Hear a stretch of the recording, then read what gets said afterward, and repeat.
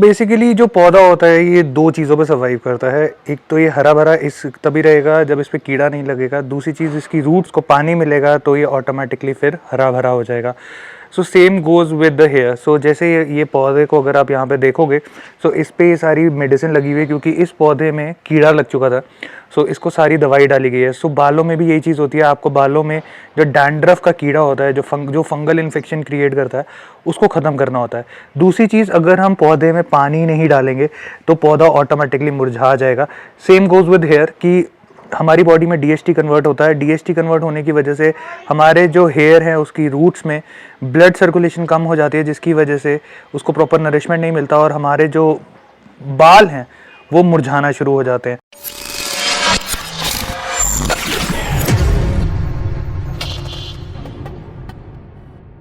Hey everyone, hoping you guys are doing absolutely great. So guys, finally तुम्हारे भाई के 6 महीने जो हैं वो कंप्लीट हो गए हैं हेयर ट्रांसप्लांट के। एंड अगर मैं वैसे आपको बताऊं तो काफ़ी सारी डिटेल में मैं आपको ये जो वीडियो है इसको देने वाला हूँ। एक एक चीज़ जो है वो मैं आपको बताने वाला हूँ। ओके, सो अभी प्रॉपर डे लाइट है भाई, आँख भी नहीं खुल रही है। तो इसमें आपको एक बारी पूरे गीले का जो लुक है वो दिखाता हूँ कि बाल जब पूरे गीले होते हैं तो उस टाइम क्या रिज़ल्ट जो है वो आपको यहाँ पर देखने को मिल रहा है। ओके, सो अभी अपने बाल पूरे गीले हैं एंड मैं पूरा सन के बीच में बैठा हूँ। सामने पूरा सन पे सन रेज आ रही है एंड जो भाई लुक है वो आप देख सकते हो।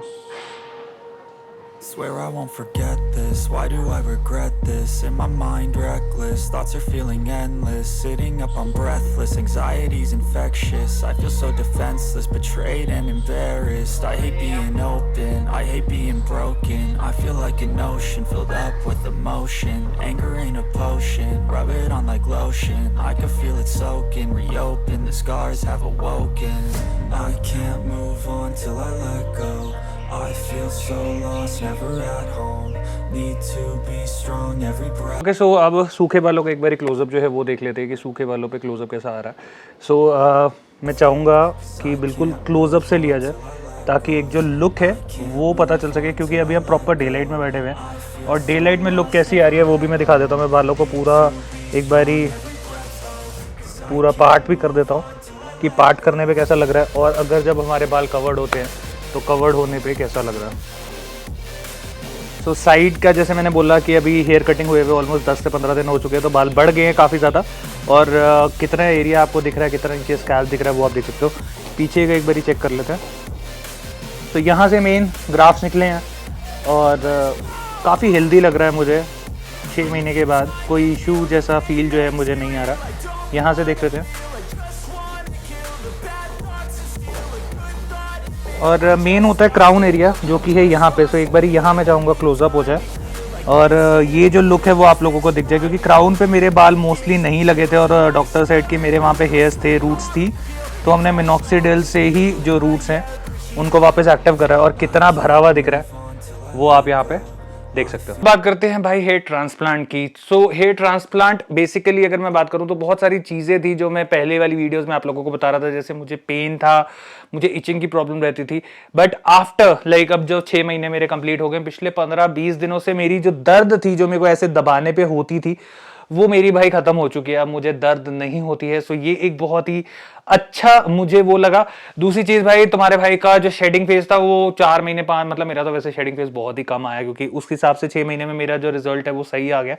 बट अभी भी बाल जो हैं वो अगर मैं बात करूं तो मैं डेली हेड वॉश करता हूं।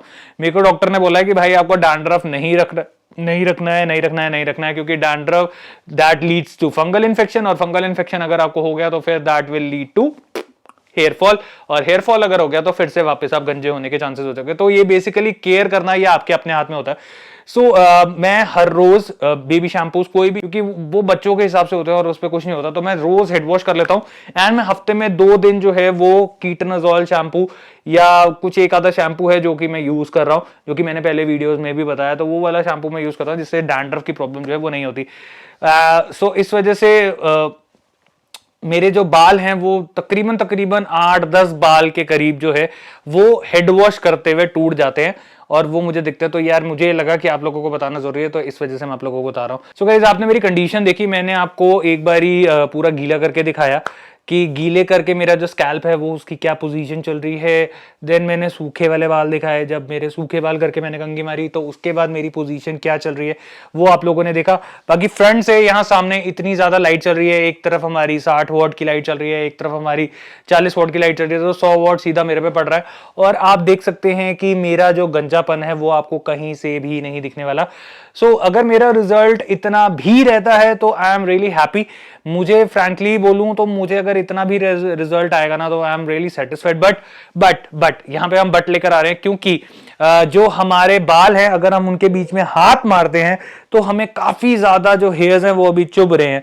सो चुभने का मतलब होता है जब भी आप बाल काटते हैं तो आपने नोटिस करा होगा वो जो बाल हैं वो चुभते हैं, सो वो अभी उग रहे होते हैं।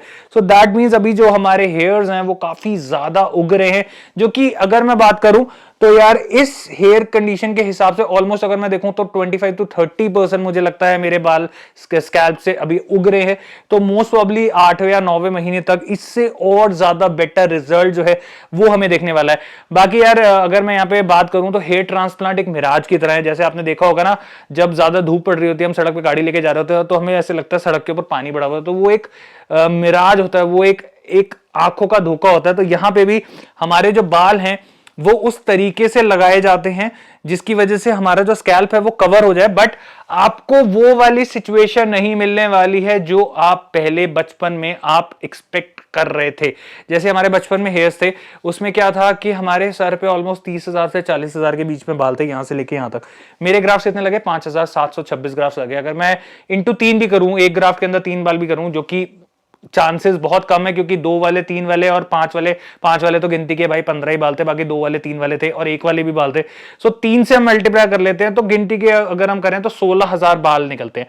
तो पहले हमारे 30,000 बाल थे और उसको कवर करने के लिए हमें 16,000 बाल दिए गए हैं। तो आप समझ सकते हो कि 16,000 बाल पे आपको जो वो एक बचपन वाली लुक है वो नहीं मिलने वाली। बट अगर ऐसा भी रहता है, पूरा स्कैल्प दिखता नहीं है, आपको गंजापन नहीं दिखता, आपका स्कैल्प कवर हो जाता है, देन मेरे हिसाब से you are good to go. So I hope आपको जो हमारा रिजल्ट है वो समझ आओ, कैसा लग रहा है रिजल्ट नीचे कमेंट सेक्शन खुला है, कमेंट सेक्शन में जाकर जरूर बताएं। Till then take care, God bless, bye bye.